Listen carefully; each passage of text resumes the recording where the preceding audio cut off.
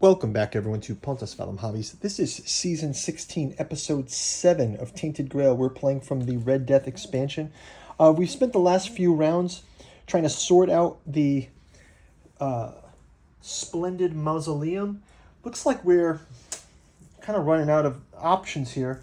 I'm going to have us move up into the upper plaza. We'll take we have this card. It's the Red Empire, Chapter 4, Part 1. We have dense mists today, so we can still move forward with just the one life. We also have draw a purple encounter once per day. We draw a purple encounter. Oh, the Formorian. Oh no, the Formorian Sentinel. Right off the bat. So our Sentinel comes in. You can see we kind of got the painted mini. We've got a whole miniature painting video as well if you guys want to go check that out. But here's our Formorian Sentinel. We kind of made him true to the artwork of the card. It's got the crab claw there. That'll be our encounter. And then we'll read through that description.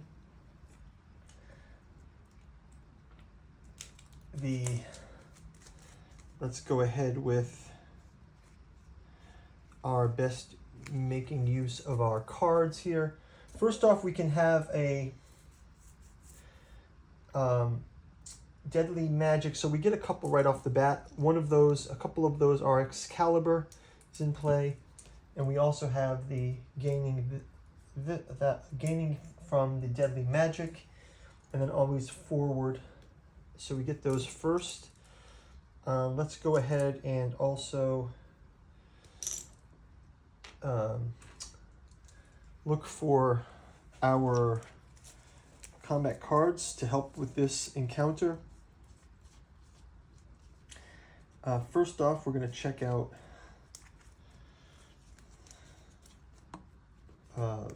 Maggot.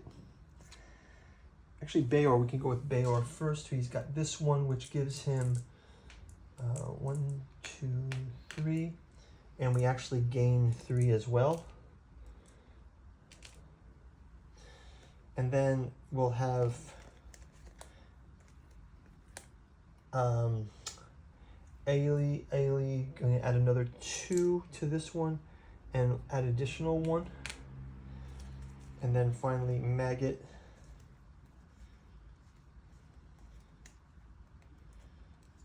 Maggot can go ahead with the overhead smash. That's going to give him 2x. So that'll be 4, 8 plus 1 less is 8. It's 10. So we'll have 11, 12, 13, 14, 15, 16, 17, 18, 19, 20, 21, 22. 21 to 22. We're going to lose 1, 3. So we're going to lose these. But we can also get them back with our next round of attacks. So we only lose those. Let's continue with an attack from Bayor. Let's get one where he's got some good ones in here. I believe he can gain, just checking through the deck here.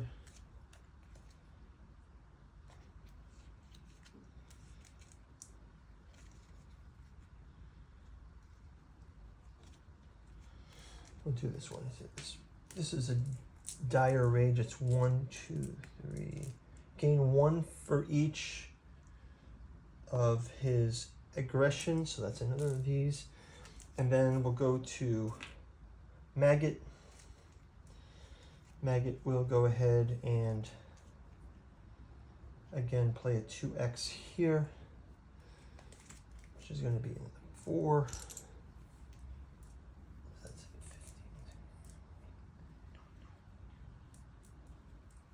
And then Ailey can come in at the end with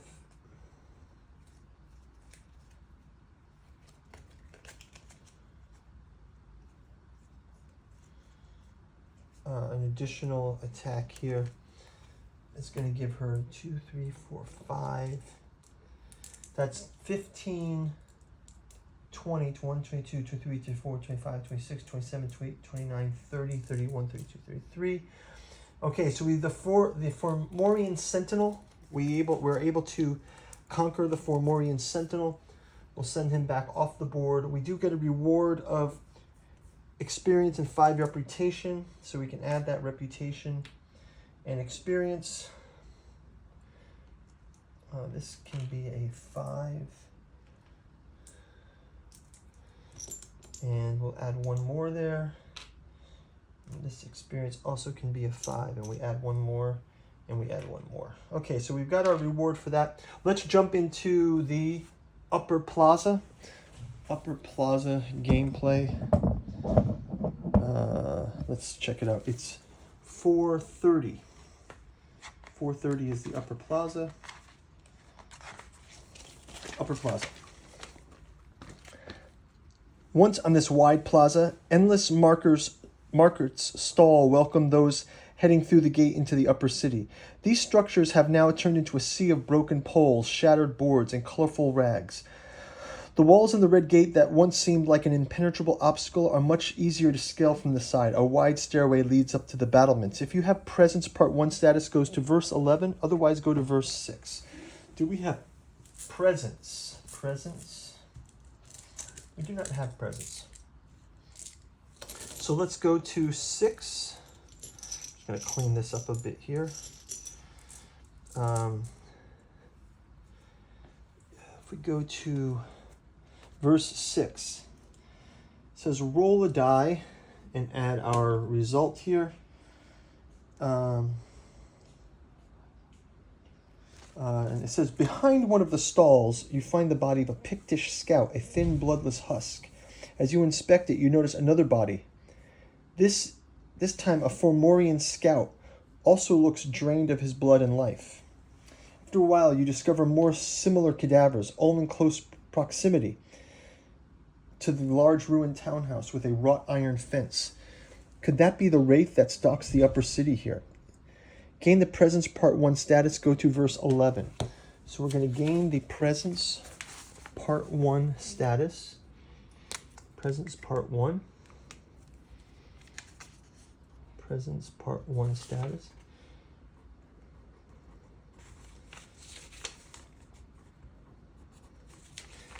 Presence part 1 status.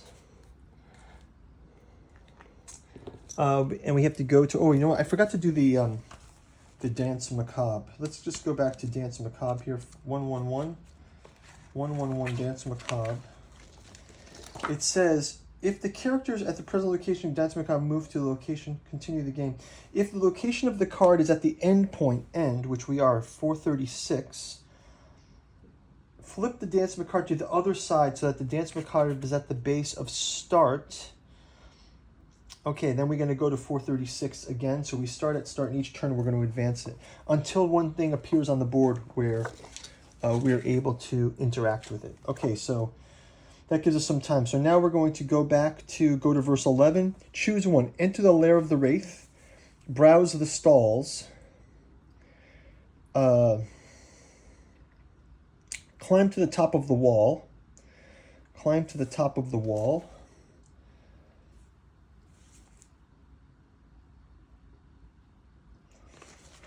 Climb to the top of the wall. Try to open the gate. Try to open the gate.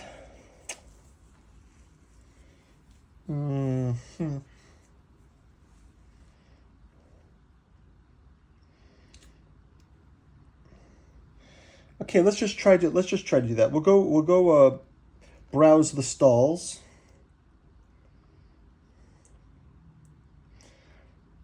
Browse the stalls 10. It says, oh no, not browse the stalls. Try to open the gate. The iron gate is opened and closed by a large mechanism that has been operated by the barbican above. Unfortunately, the wooden stairs leading there have long since collapsed. Perhaps that's for the best. You're not exactly eager to meet whoever operates the machinery after so many years. If you will want to return to the port district, you may try lowering yourself from the top of the wall. Go back to the start of this location. Do we have presence part 1 now? Yes. So if we have presence part 1, go to verse 11 this time. So now we can enter the lair of the Wraith. Otherwise go to, okay, let's go to this one. Let's just check it out. Enter the lair of the Wraith. Or do we want to go climb to the top of the wall? Let's climb to the top of the wall. Verse 1. You're now on the top of the ancient battlements of Camlan, with the lower city extending below you. Do you want to lower yourself to the port district? Admire the view. So let's admire the view. The impressive view of the city unfolds from here. However, what draws your eyes the most is a strange structure to the east. The entire district was razed to the ground. I do want to go to 434 though, right? So we get Lay of the Land Part 3. We can lower ourselves to the port if we want to in the future. Lay of the Land Part 3. Lay of the Land Part 3. Lay of the Land Part 3. And Lay of the Land Part 3. Okay, so we've got that. Let's continue. We've got Lay of the Land Part 3.